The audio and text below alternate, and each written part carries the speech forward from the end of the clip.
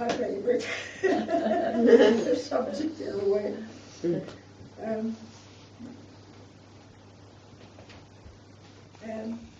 And I confess it. I have thought a lot about death and the afterlife because of something that happened to me in 1952 when David, the middle one of our 3 children, was in the final stage of coming into this world in the local hospital's maternity unit. To my great surprise, I was suddenly given this thought. Being born and dying are the same.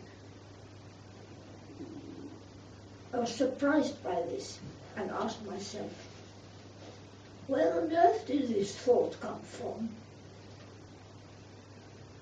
It did not seem to be an ordinary thought, rather a statement given to me. And when David died at the age of 4.5 of cancer,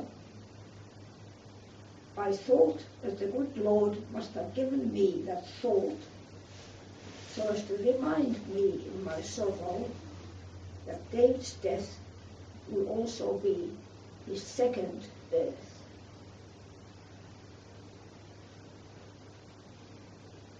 And then, in 1975, Dr. Damon Moody's book, Life After Death, was published, and over 10 million copies were sold worldwide. It was about near-death experiences, when patients were resuscitated and were telling about seeing their body lying on a hospital bed, surrounded by doctors and nurses, while they themselves were free and happy and went through a tunnel at the end of which there was light. When they were resuscitated, they were reluctant to return, and after this experience, most of them had no fear of death, and their outlook on life had changed. And this interested me a great deal, as it seemed to throw new light on the thought given to me about birth and death being the same kind of processes. Then I gained further understanding when I read about the work of Elizabeth Kübler-Ross. She was born in Switzerland in 1926, the first of triplets. She weighed less than 2 pounds, and the second little girl was a 2-pounder, and the third girl a 6-pounder.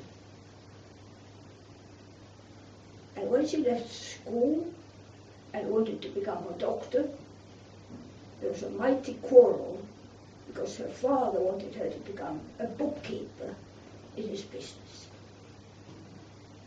He refused to help her financially with her studies, but she managed her training on her own, working as a lab assistant to pay for a key.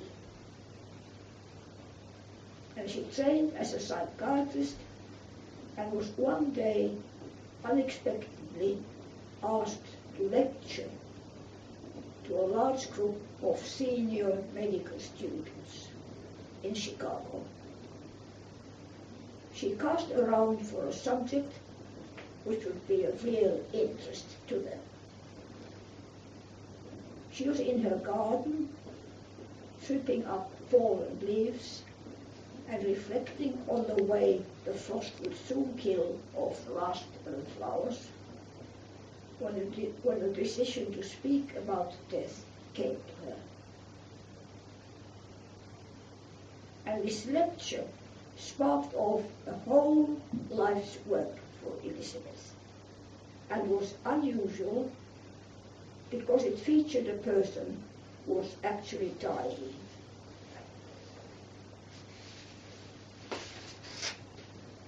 For the students to question. After the lovely young girl dying of leukemia had been wheeled away, one student after another rose to speak, moved by emotions they had been unprepared for. And 2 years later came a sequel to this lecture. A student at the theological seminar had been sent a copy of this lecture by his brother, and he and a couple of his friends got in touch with Elizabeth and told her that they were interested in counseling the gravely ill and dying. And it was now that Elizabeth came against the strong opposition and outrage on the part of the doctors. She was forbidden to exploit the patients by all of them except one physician. By this time, requests for her advice from nurses, chaplains, therapists and social workers were flooding in, and Elizabeth, with the help of the one physician, began to conduct a weekly series of interviews in a screening room in which the patient did not see the audience. And she not only continued these seminars, but also spent a lot of time with the dying and talked with them. And then in 1969, two closely linked events occurred which would bring her into the full limelight. One was a request from a publisher to write a book on her work. The second was the covering by Life magazine of one of her seminars, which included the usual interview with a dying person. It was a beautiful young girl. The story and photographs created a furore in which Elizabeth's name became known worldwide. But such publicity was to be the final burden in her long disagreement with the medical staff and students who were forbidden to attend her seminars. It's too dangerous to hear about this. Elizabeth realized that her work at the university was over and did not know what direction her life should take. This became clear soon, however, when a huge deluge of letters arrived with invitations for her from all parts of the world, from medical schools, professional bodies, churches. And during the many hours she sat with the dying, Elizabeth was often conscious of another dimension of existence. She began to find many common threads in the descriptions people gave of their last moments. For 10 years, she and her colleagues kept records, and her conclusions have convinced her of life after death, as she explained. All of us have been endowed with divinity, and that means in a very literal sense that we have part of the source, and source is in capital letters, S, within us, and that gives us the knowledge of our immortality. Many people are beginning to be aware that the physical body is only the house or temple or cocoon which we inhabit for a time until we make the transition called death. Then, at the time of death, we shed this cocoon and we are again as free as a butterfly. Dying children very often talk with just butterflies. When Elizabeth started her work with the dying, she was skeptical, semi-believer. She would no longer be a skeptical semi-believer after what she and her colleagues were told by an ex-patient, Mrs. Schwartz, of her near-death in Indiana. And this is the description. As she lay in bed, she saw a nurse come in, take one look at her, and then dash out again. At this very moment, she saw herself slowly and peacefully floating out of her physical body and floating a few feet above her bed. She even had a sense of humor that she could look at her body, which looked pale and sick. She had a sense of awe and surprise, but no fear or anxiety.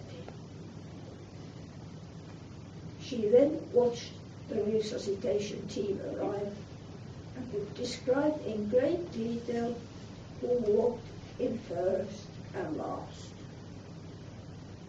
She was totally aware not only of every word they said, but also of their thought patterns, and longed to tell them to relax because she was all right.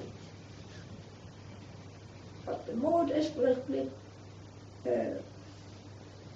she tried to convey this to them, the more frantically they seemed to work on her body, until it dawned on her that she was able to perceive them, but they were not able to perceive her. Mrs. Schwartz then decided to give up her attempts and lost consciousness. She was declared dead after a 45-minute unsuccessful resuscitation attempt, but later showed on signs of life again, much to the surprise of the hospital staff. She lived another year and a half. And since then, over 25,000 cases of near-death experiences have been recorded.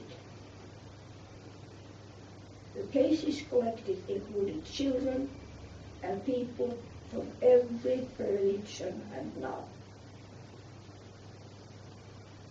Elizabeth explains that the material described is a uniquely human experience which has nothing to do with religious or cultural conditioning. She explains, our second body, which we experience at this time, is not the physical body, but an ethereal body. In the second ethereal body, we experience a total wholeness, so that if we have been deaf, we can hear, or if a multiple sclerosis victim, we can sing and dance. It is understandable that many patients are not always grateful when the resuscitation is successful and their butterfly is squeezed back into the bottle. Many of our colleagues wondered if this is merely a projection of wishful thinking. But half of our cases have been sudden accidents when people were unable to foresee what was going to hit them. And another simple way of ruling out wishful thinking is to use blind people and ask them what they saw when they are out of their body.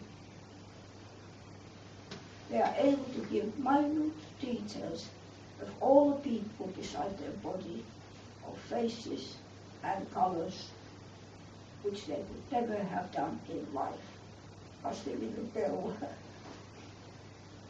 People will also be aware when they die that it is impossible to be alone. There are reasons for this, even if one died far away from other humans. We have observed with children dying of cancer that for some time before death, many of them are able to leave their body.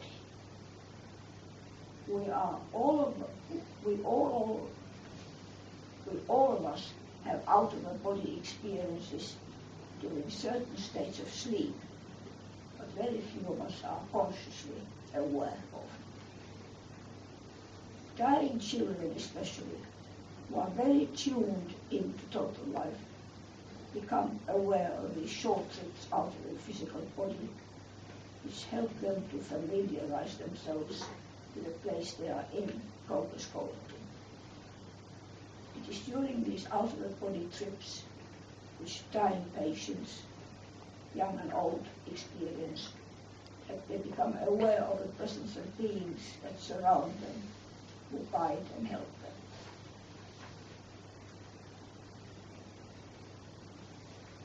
It is important that we know that every single human being, from the moment of birth, which begins with the taking of the first breath, till the moment we end this physical existence, is in the presence of these guides or guardian angels who will wait for us and help us in the transition from life after death. Also, we will always be met by those who have preceded us in death and whom we have loved. Another reason why we never die alone is that when we shed our physical bodies, even temporarily prior to death, we are in an existence where there is no time or space, and in this existence we can be anywhere we choose at the speed of our thoughts.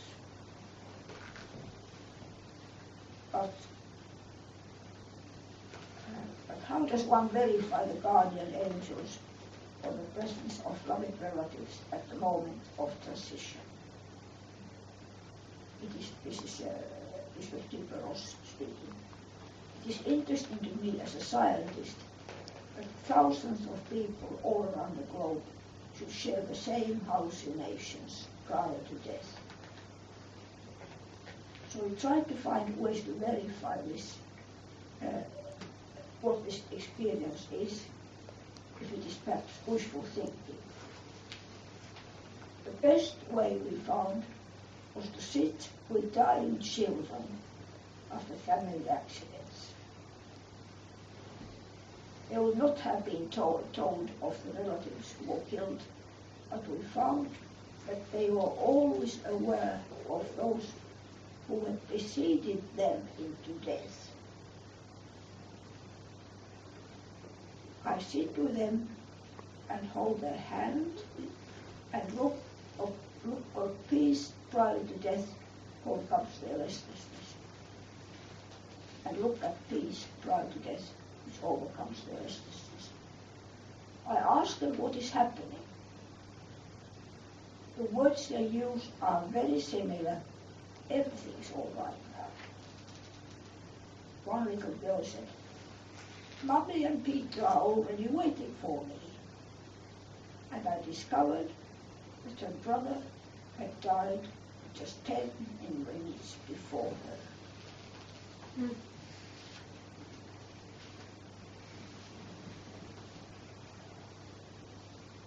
While slowly preparing for death, as is often the case with children who have cancer.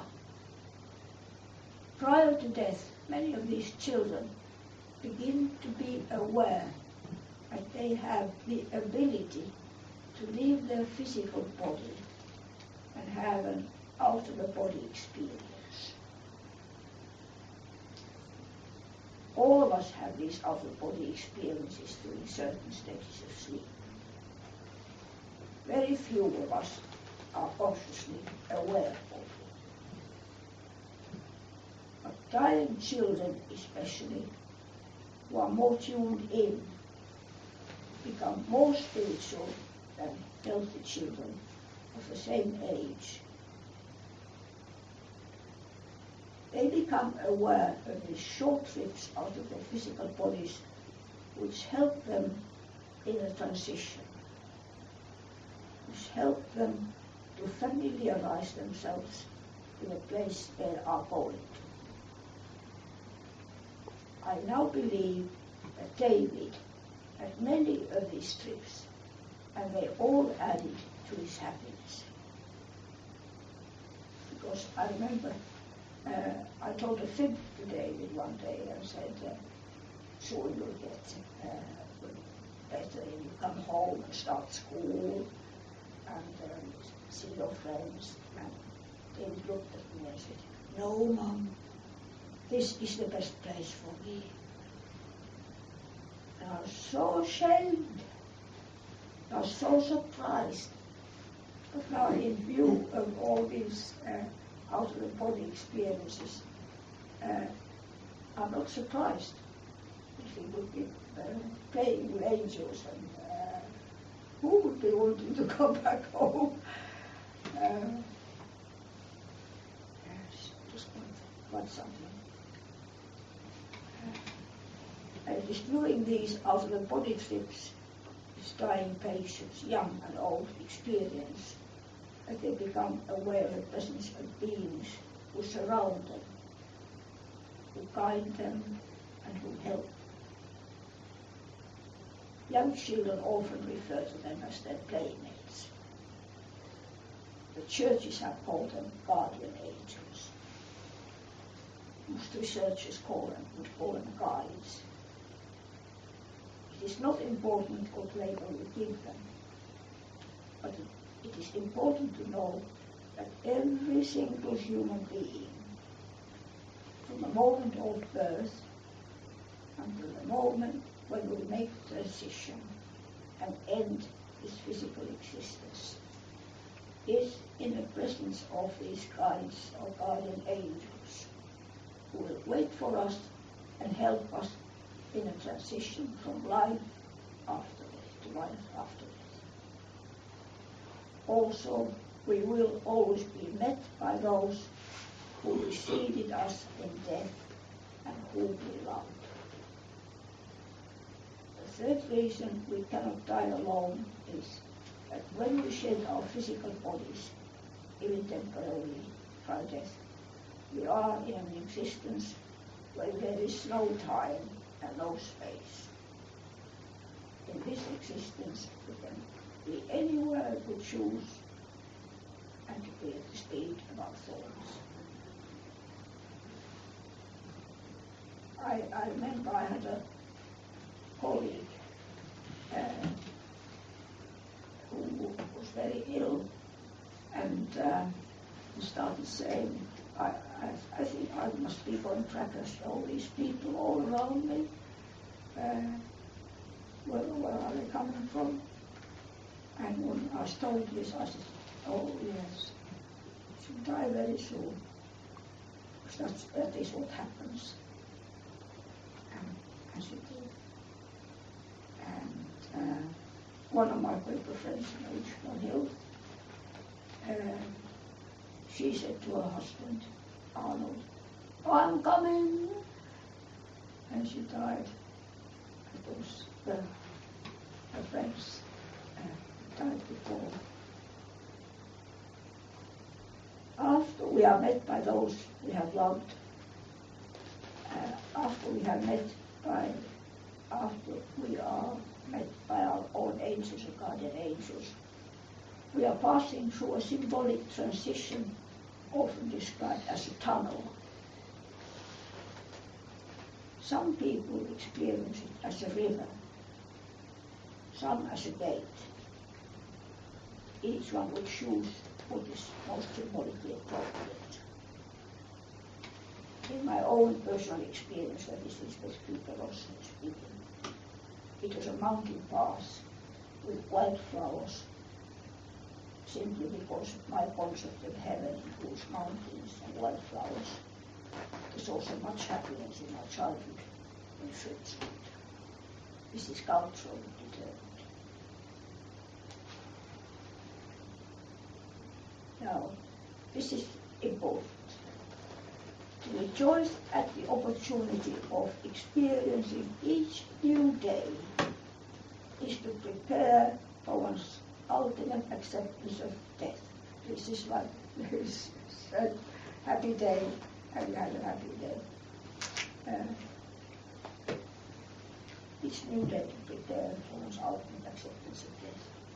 For it is those who have not really lived, who have left issues unsettled, dreams unfulfilled, hopes shattered, and who have let the real things in life pass them by.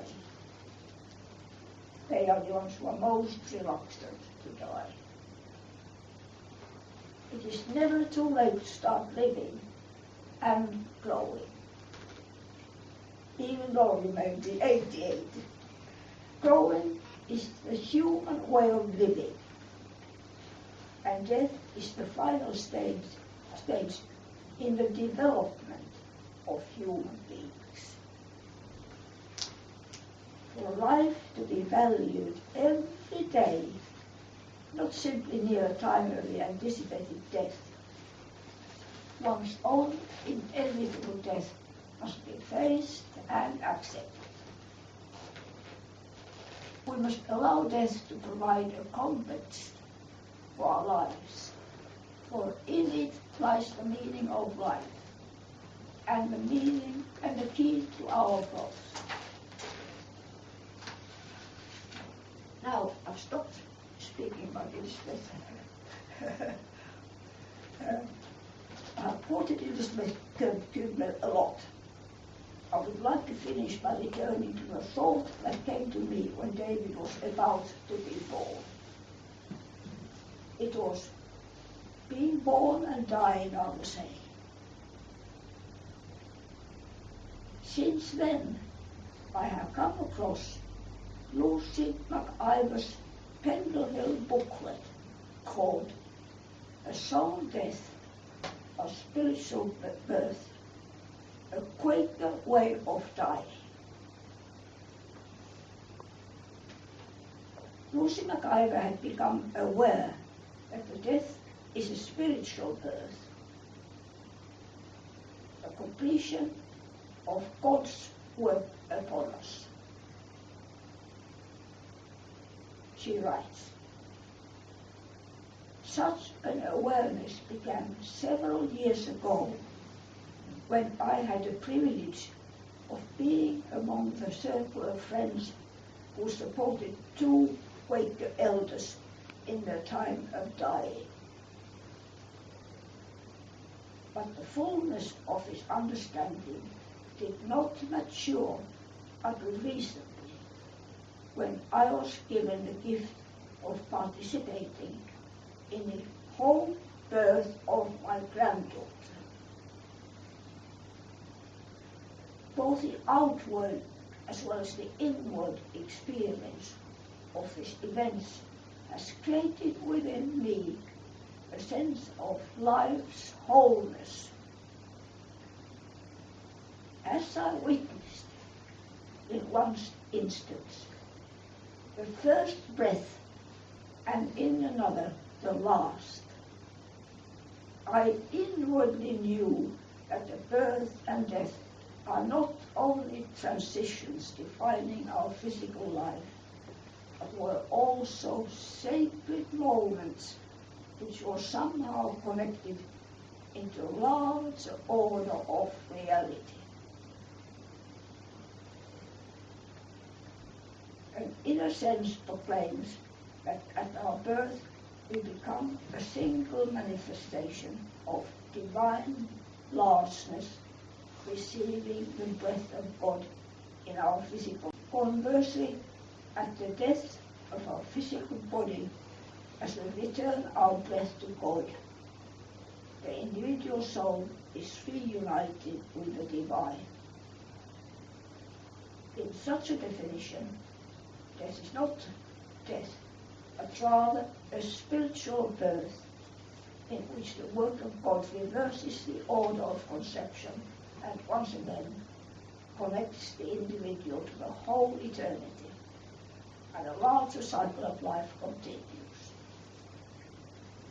And what interested me was that the two Quaker elders whom the writer of the booklet supported in their time of dying were Teresina and Joseph Havens. I have learned to know them when we spent a sabbatical here in London and ran a group, small groups as instruments of peace. They had put an advert in a friend. They're starting a small group. And Joseph had Parkinson's disease, and when it got so bad that he could no longer help others, he stopped eating and identified himself with starving people. This is of interest to me because my husband Alex wanted to starve himself but was not allowed.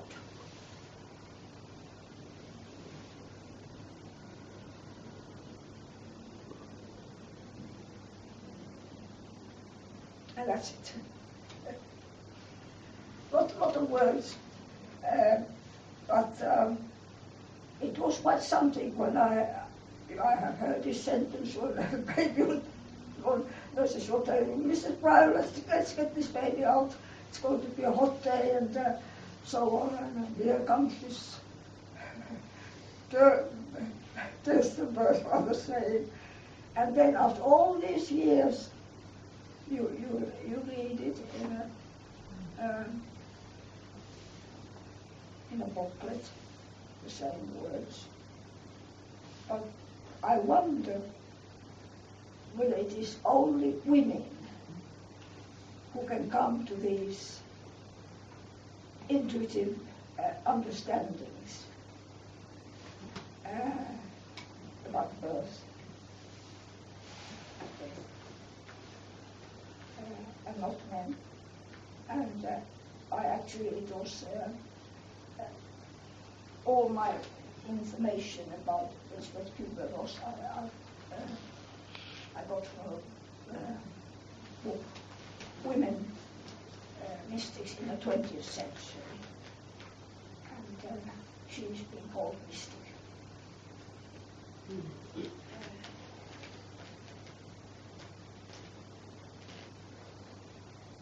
I think you need some mystical perceptions to really feel it. Yes. And there are men who have mystical Yes. vision as well. Oh, yes. Probably women more in touch with the birth process. Yes. Mm.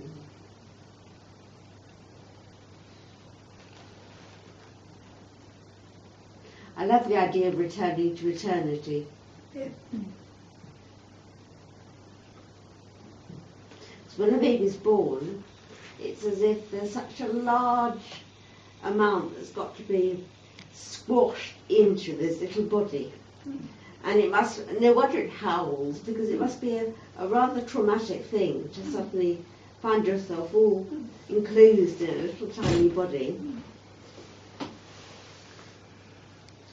and having to get to know how to function in the world and how to interpret what you see around you, how to learn how to see and how to interpret the noises, and it's really must be really, really difficult. Well, and we've all been through it.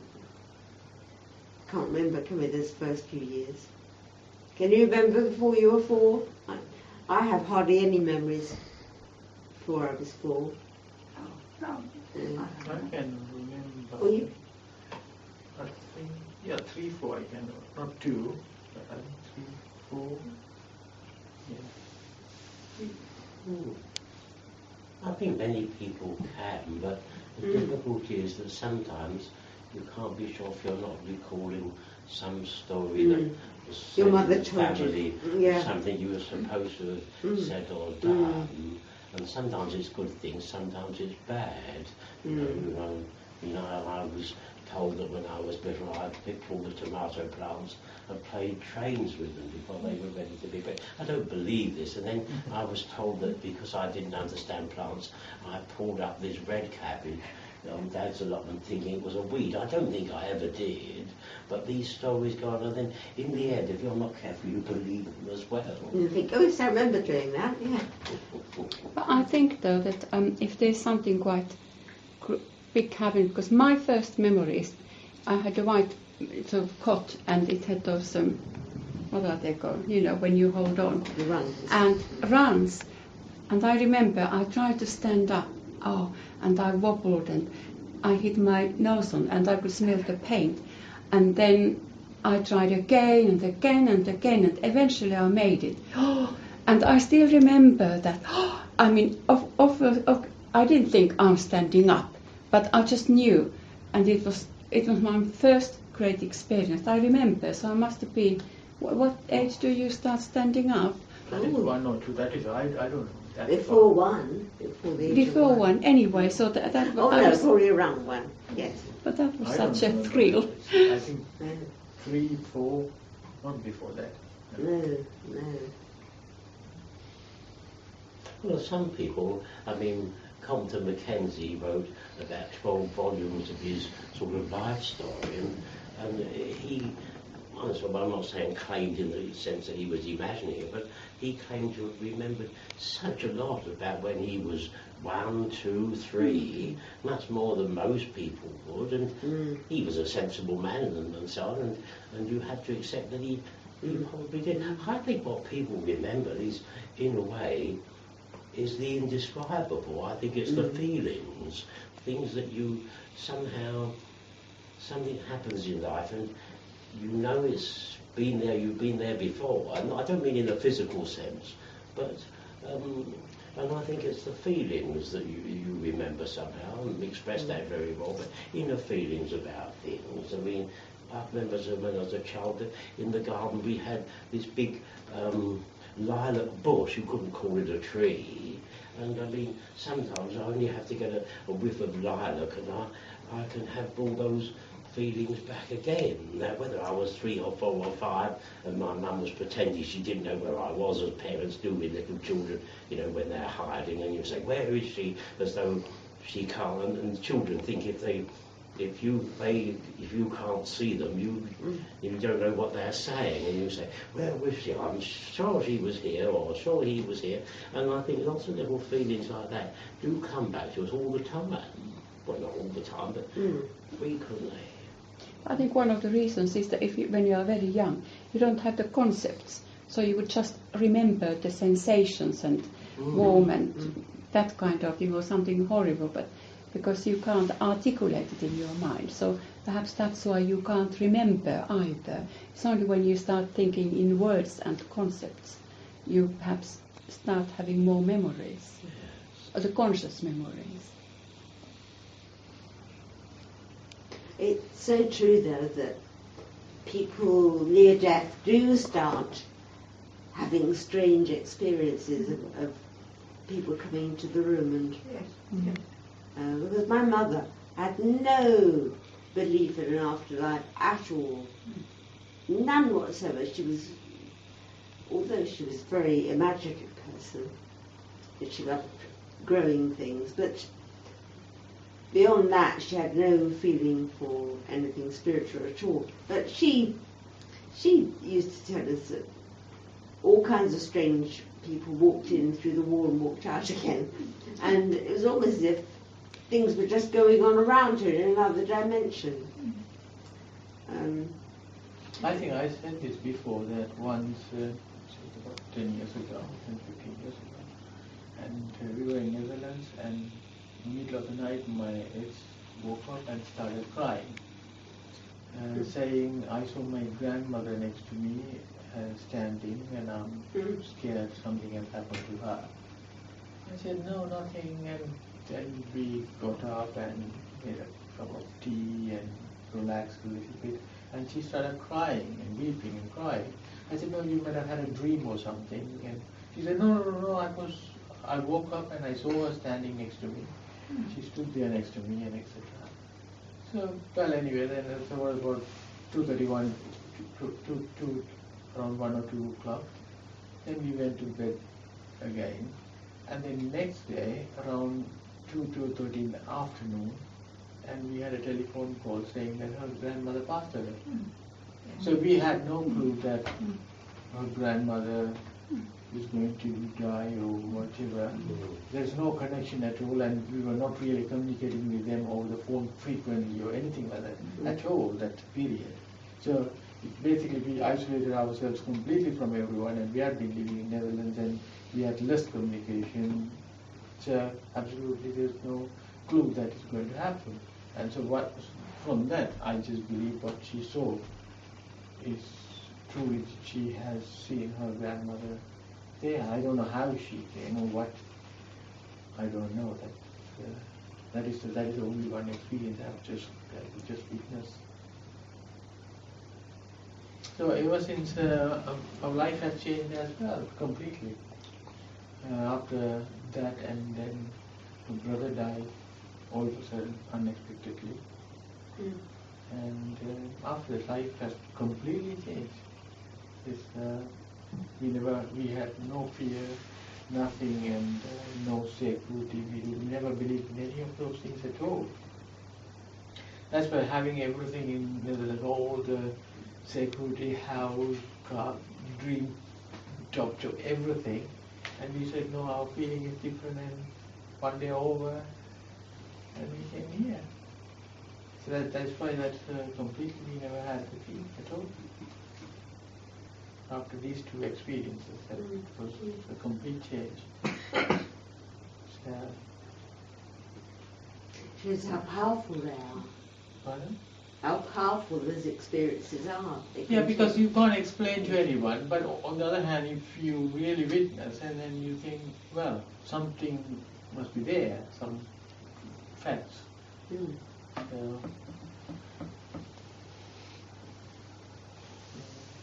nothing more to explain, yeah. I think perhaps when you're a young child, you don't, you're still sort of partly there where you come from.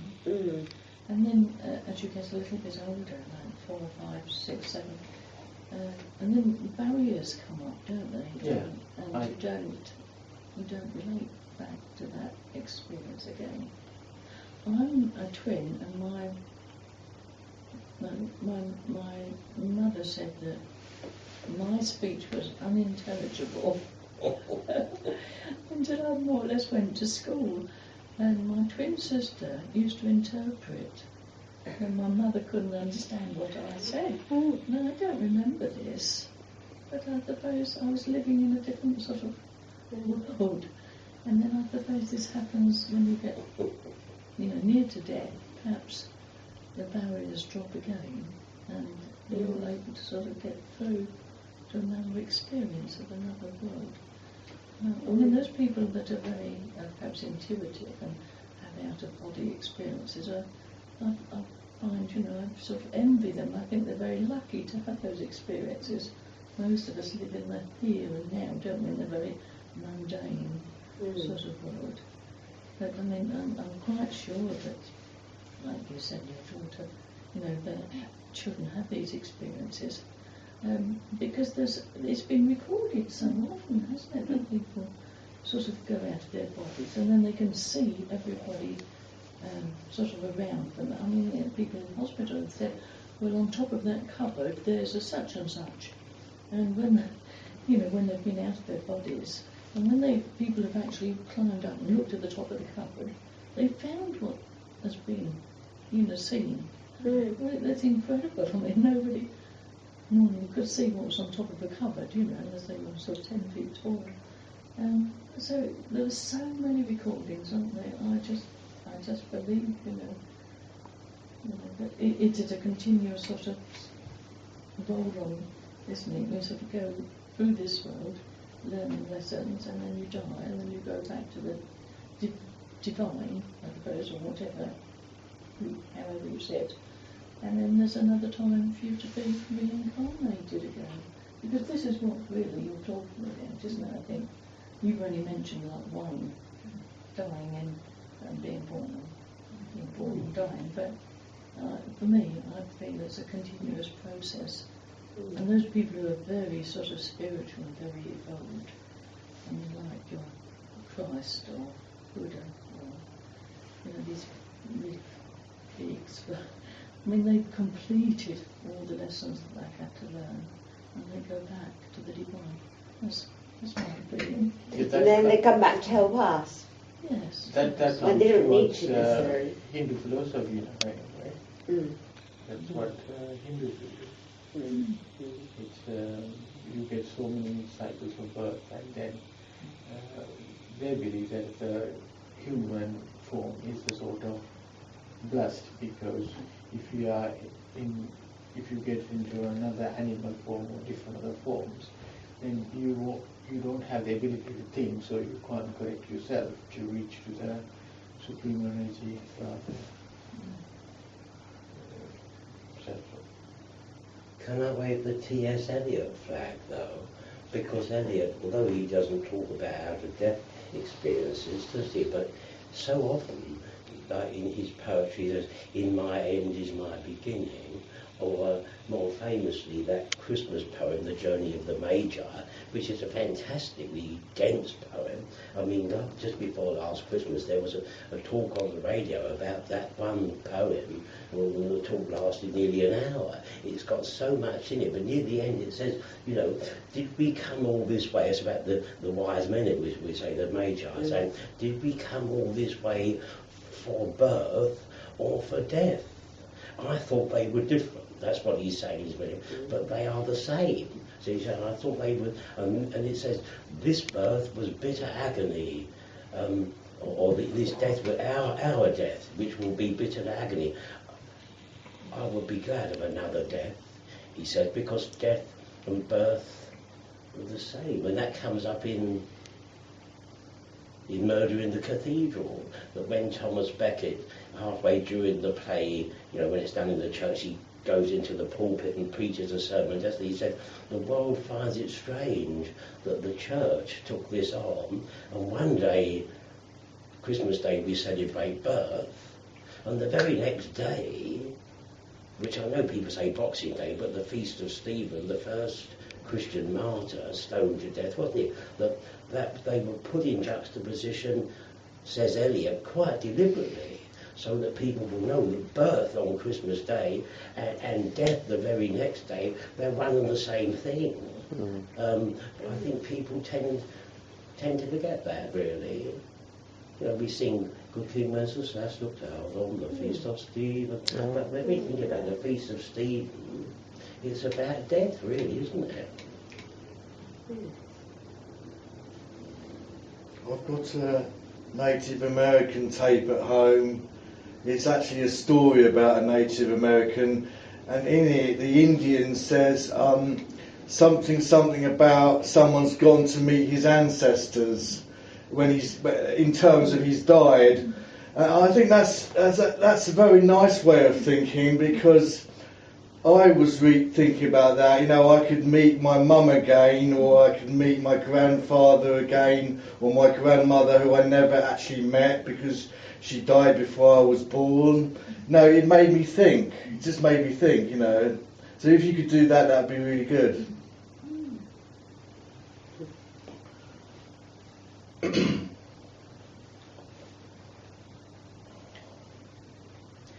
You asked the question whether women are more intuitive than men, but I don't think there's any gender difference, really. Not in my experience. I think men can be just as intuitive as women.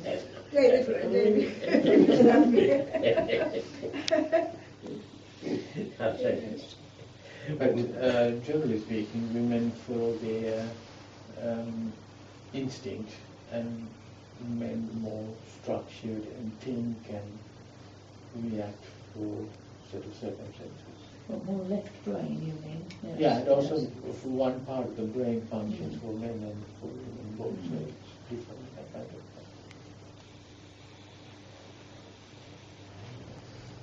thing. I mean, women do use their right brain more, don't they? They're more inclined to be sort of intuitive, I think, and go with feelings.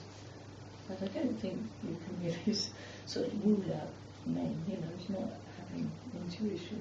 Or perhaps I misunderstood you, Marjatta. Well, I thought only in these birth things, because physically men cannot carry. But what about the modern approach where men are very often present at their children's births? Yes, yes. I mean, that must be quite an experience for a lot of men, you know. To be They so never used to close. have that, did they? They were kept out before. Oh yes, yes. Well, it was an advert for cigarettes before, because you always had these little cartoons, didn't you? The man sitting in the waiting room, you know, smoking 50 fags in 50 minutes, you know, and then it says, you know, it's a boy or it's a girl or something. But now the men are encouraged, well, they still are, but encouraged to be there. Yes. You're a bit superfluous, really, in some ways, but when Oliver was born, I was there, and my job was to mop Margaret's brow and to assure her that everything was going well. And some friends of ours, in the life now, before I say, he was a very tall man, you know, I'm talking about, and he was present at his son, or anyway, at one of the children's birth, and he collapsed. He fainted and hit his head on the radiator, but the medical staff, I think, well, you know, leave him alone. We're not here to attend to look after him. Oh dear. But it is an experience, because when I was born, suddenly all the stars, as you might say, they disappeared, didn't they? And they just left you and me with Oliver. You know, when Lizzie was born, it was a bit different, wasn't it? She was a bit noisier. I always want to weep when I hear a baby take its first breath. I saw on the television they were showing the birth. And the moment I hear that noise, it always just wrenches tears out of me, because it's just such a miracle. Oh, it is, yes, and because it's happening all the time, every day. And the thing is, not that miracles, but wonderful things are happening all the time. But the newspapers don't want to tell us much about them, do they? And all over the world since we've been here tonight. I know some people have probably got run over and killed, but all the time, wondrous things are happening.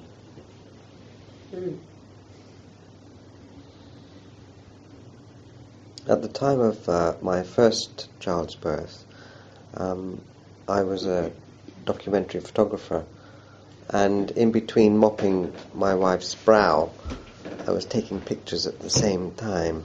So I wasn't fully engaged, and that was one of the reasons I gave up photography, was that it gets in the way. You know, if you can either do one or the other. You can engage 100% with your wife and the birth of your child, or you can do a wonderful documentary. That all the time, actually. Yes, yes. So there's a sense that although I was there, I missed out on that full engagement until the moment when the nurse plonked Alex into my arms, and then the enormity and the joy of the whole situation finally came through, and I had to put my camera down and engage.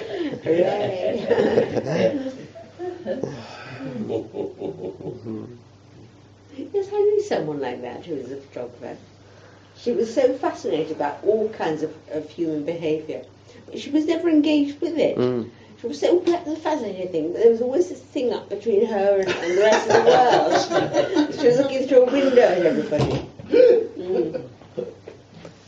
Well, a long time ago, Tricia Koroff, when we went to meditation over in Finchley for a long, long time. And Trish said to me one day, she said, well, by the Ganges I was sitting there, and the man sitting next to me, he was still sitting there, but his ethereal body, if you want to do it, got up and walked away and came back again. And she said, well, this was quite common. And she just accepted, that was his body walking and coming back. But she had the ability to see that clairvoyantly. Well, she could see it, yeah. She could see him in his body getting up and walking away. I mean, you could always say we were imagination or whatever, but, Yeah, I heard stories, but I never seen anything like that. But also that the similar thing of these whoever meditates in Himalayas mountain area, there are quite a lot of mummies. They self-mummify people. And I saw a program on the television. It's the people, they put themselves in a sort of under the ground in a sort of small pit. They go in with little nuts and not with water. So they meditate and they live and meditate without water or food or anything for number of, I don't know how long they live without food and water. But they live almost up to the death, and the whole body, it loses, in the meditation power, it loses the water. So the body becomes so dry, and finally with some connection with Supreme or whatever story, with one spark, and then they die. They don't see that as death, but they leave the body. Then the body does not have any liquid form, and therefore it gets so mummified. Oh, yes, I think I've seen something like this. There are So it doesn't decay like an ordinary body would. It's very dry. Very dry, and it's there for thousands of years now. And then the people around that area, they'll start praying and etc. And it's still there. And even now they go and take photographs and research work and everything, they are doing it.